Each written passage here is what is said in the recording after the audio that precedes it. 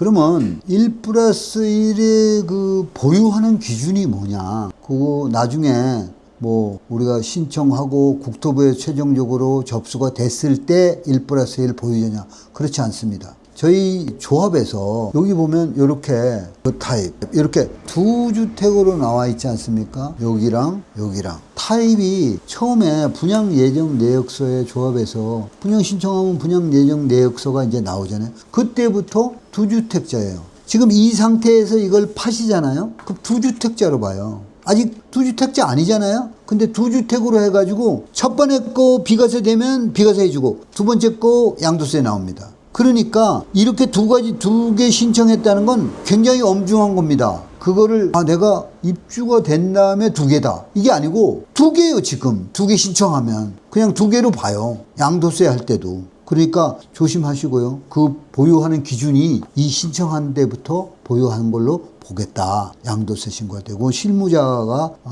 되니까 좀 말씀드리는 거예요. 일반인이 잘 모르죠. 우리 이제 장이 19역 얘기를 좀 하겠습니다. 우리 장이 19역, 우리 아까 정관 50조 3항에 있다 그랬잖아요. 가격 범위하고 주거 전용 범위 내에서 두 주택을 이제 공급할 수 있다. 이런 조항을 넣어놨죠. 마침 우리가 7월부터 뭐 평형 변경 하잖아요. 평형 변경 하니까 제가 사실 여러 번 생각했어요. 이거를 말씀을 드려야 되나 어쩌나 뭐 고민했었는데 뭐 사실은 수익 창출 기준으로 우리가 수익을 쫓다 보면 1+1을 하고 싶죠. 더 해야 돼요 또. 근데 그것만이 있는 게 아니잖아요. 뒷면에 이런 양도세가 어두운 면이 있더라는 거예요. 그러니까 잘 생각해서 해야 되는데 뭐 여러분이 생각한다 그래서 뭐 딱 부러지게 뭐 계산할 수 있는 것도 없으니까 조금 이제 그런 게 하다 그러면 제가 전화로 계속 받을 수는 없고 좀 오면 저도 그렇고 제가 또 뭐 이렇게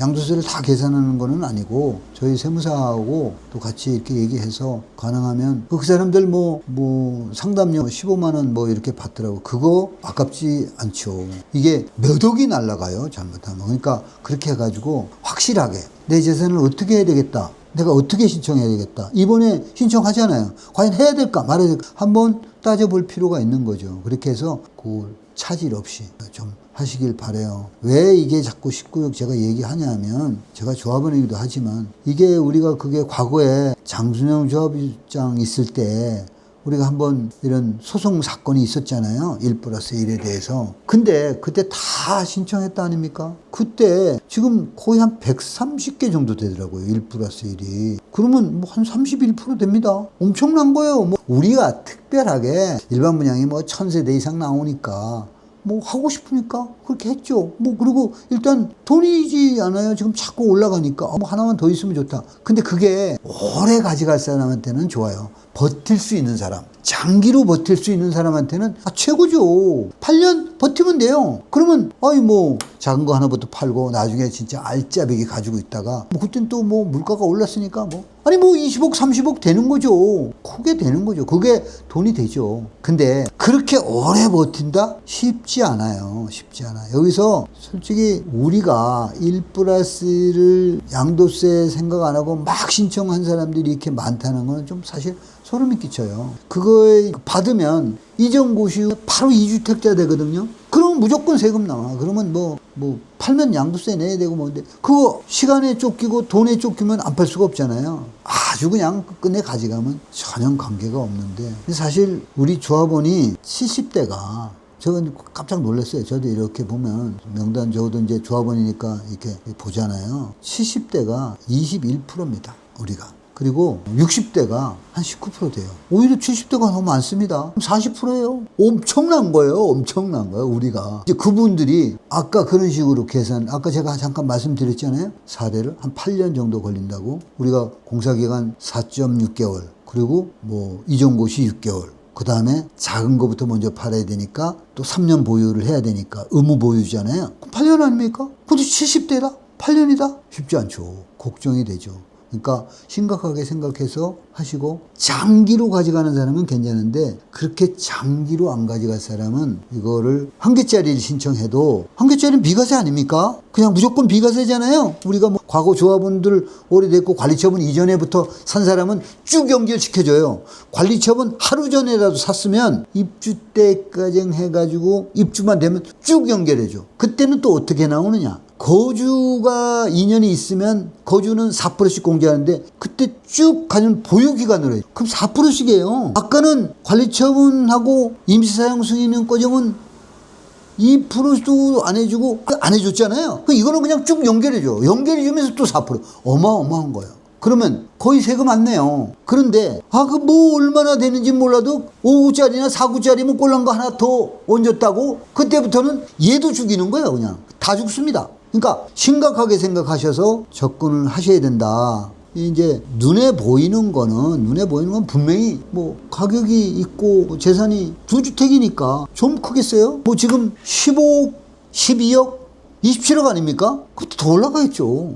그럼 그거 자체가 큰 것 같은데 뭔가 내 손에 들어와야 되잖아요. 팔았을 때 그냥 가져가면 되는데 그렇지 않다는 거예요. 좀 심각해서 좀 생각 좀 하셔야 된다. 그리고 혹시 이게 사실 그렇게 상담을 잘 선뜻 해줄 사람도 없어요. 그러니까 이제 제가 이런저런 걱정이 되는 거예요. 거의 다 했어. 할 사람들이 거의 빠짐없이 했더라고. 1주택을 1+1을 빠짐없이 했어. 내가 보니까요. 그러면 이거 심각하다. 어떤 사람 뭐 조그만 거 4구짜리를 뭐 집어넣고 뭐 하나만 더 어떻게 그 면적이 안 나오니까 하시는 거야. 그 이쪽 본체를 죽이는 거 큰일 납니다. 그거 생각 좀 잘 하시고 해서 하고, 상속을 이렇게 받으면 그럼 상속 받는 사람이 또 자식이 하나 있잖아요. 이분들이 연세가 70이 돼서 이렇게 많으면 그러면 상속 받잖아요. 근데 집이 또 한 채가 더 있다. 빼도 박도 못해요. 그러면 진짜 1+1 원수가 뜰 수도 있어.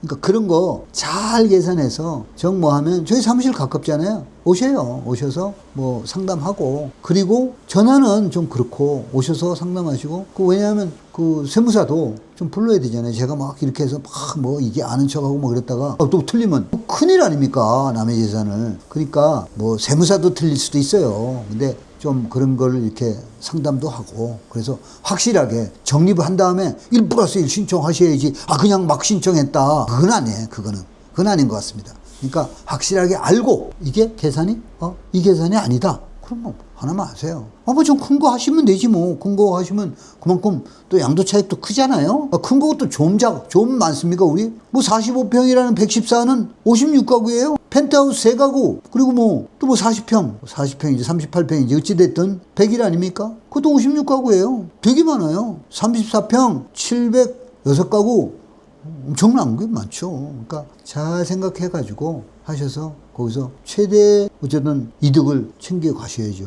장특공제는 받아야 돼요. 무조건 장특공제가 없으면 세금 다 내고 없어요. 그 강남에 있는 사람 똘똘한 채가 왜 나온 겁니까? 장특공제 8%씩 공제받는 거잖아요. 40억에 8%면 4, 8에 32, 3억 2천. 1년에 1억 벌기도 뭐한데 3억 2천씩 번다? 그러니까 그냥 다 버리고 거기로 가는 거예요. 10년에 80% 아닙니까? 그냥 이득금 전부 다 거기서 다 가지고 그냥 떼돈 버는 거죠. 그래서 그런 거예요. 그러니까 여러분들도 이런 거 잘 생각하셔가지고 최대한 대로 장특공제를 많이 받는 그런 방법을 우리 같이 연구해서 했으면 좋겠습니다. 여러분들 다 하여튼 실수 없이 잘 이렇게 해주시길 바라면서, 좀 더 보완하는 거는 제가 좀 보고 좀 더 보완해야 되겠다 그러면 한 번 더 찍겠습니다. 어쨌든 여러분 오늘도 하여튼 행복한 하루 되시고요. 감사합니다.